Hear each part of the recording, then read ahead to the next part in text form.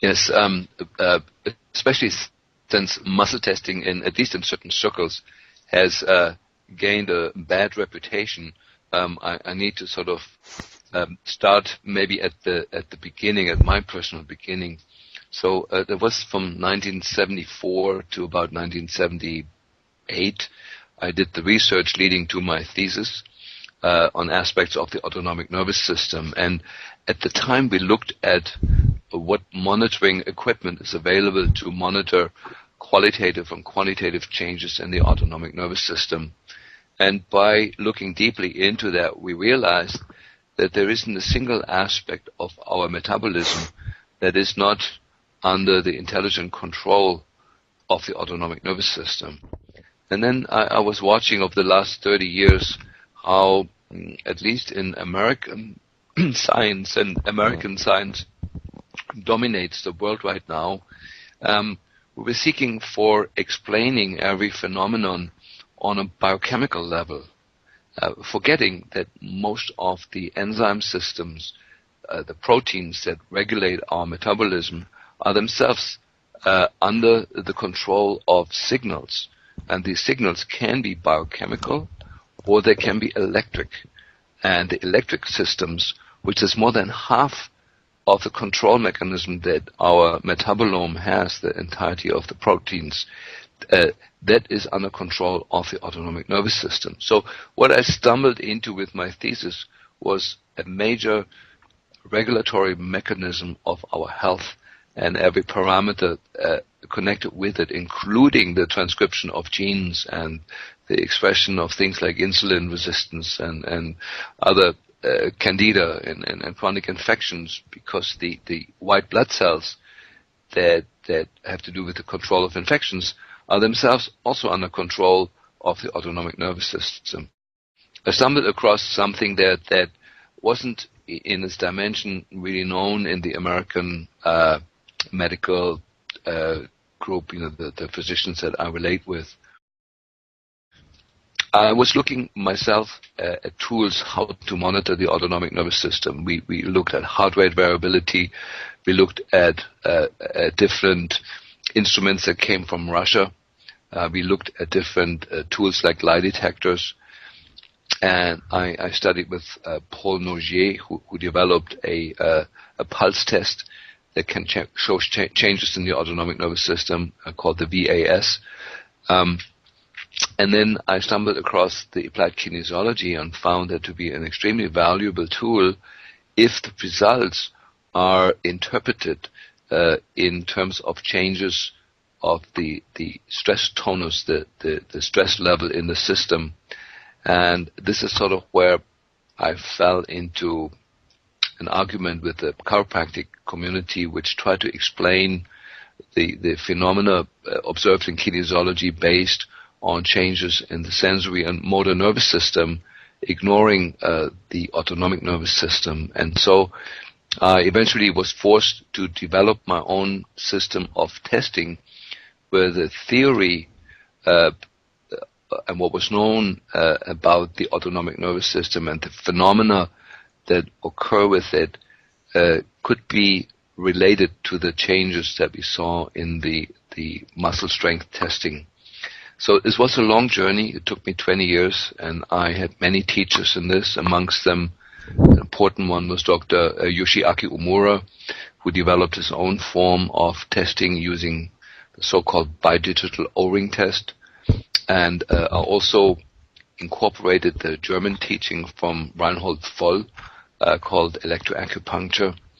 And eventually the system gelled into one consistent, intelligent, logical system called autonomic response testing that may on the surface look like conventional applied kinesiology, at times also may look like the O-ring testing from Dr. Umura, but is in itself a consistent system that is very, very different and leads to more accurate, more permanent, more profound results than the other systems do, because the theory is closer to the truth the theory used underlying these other systems. So I've been teaching the system now for many years to many practitioners, and other practitioners that use the system have the same or similar results that I do, which for me proves the point. This is not another way of using the body as a pendulum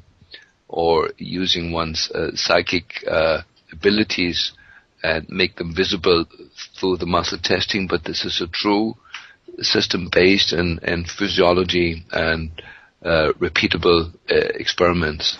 Well, I think that's the key, and you mentioned it earlier, is that there is, I think, a well-justified prejudice to a significant percentage of people who do muscle testing, because and I'd like you to review this, is that the general appreciation is that unless one is absolutely objective and completely blinded to the outcome, there's a potential for them to influence the results of their test. And then there's other components, that just as their own health and their own aspects, that could influence the outcome of that test. And that's really, I think, one of the highlights and the benefits of your system. It's a very sophisticated approach to remove those variables from the test so that you can have this consistent, reliable outcome that is going to produce similar results no matter who the tester is, as long as they're following this process. So I'm wondering if you could describe how you're able to eliminate those variables that in most people's systems of muscle testing aren't valid to get an appropriate outcome.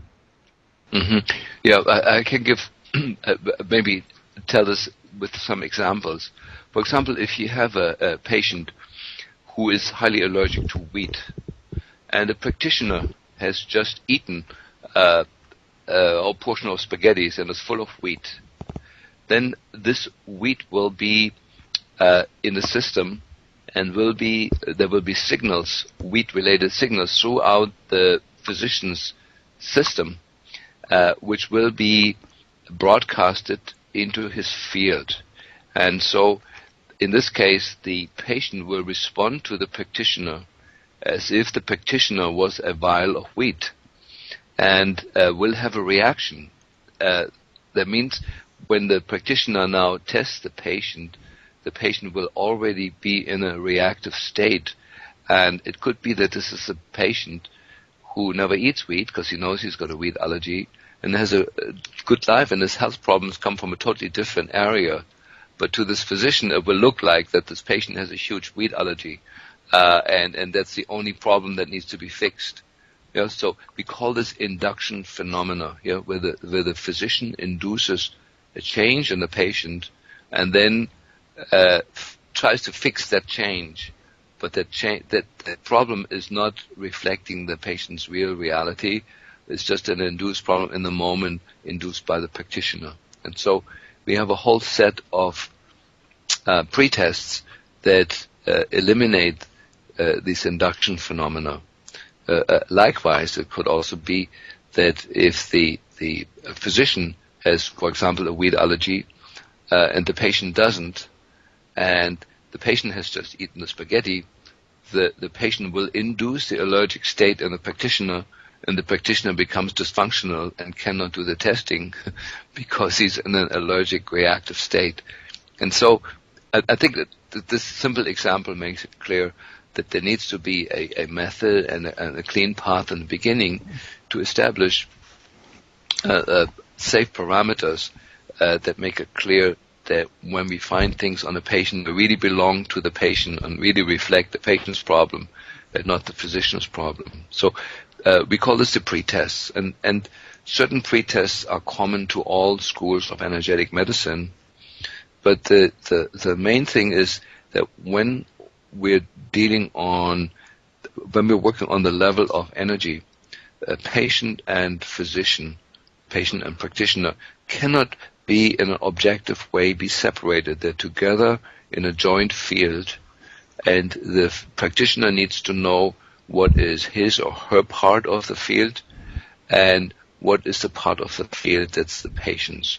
And that's, of course, a learning process that's not overnight, and a process of sorting things out very carefully before any assumptions can be made about the patient. And we are very, very careful in this ART system with that. So I think That's all like in the framework that we have here with the interview. I think that's as far as I can take that.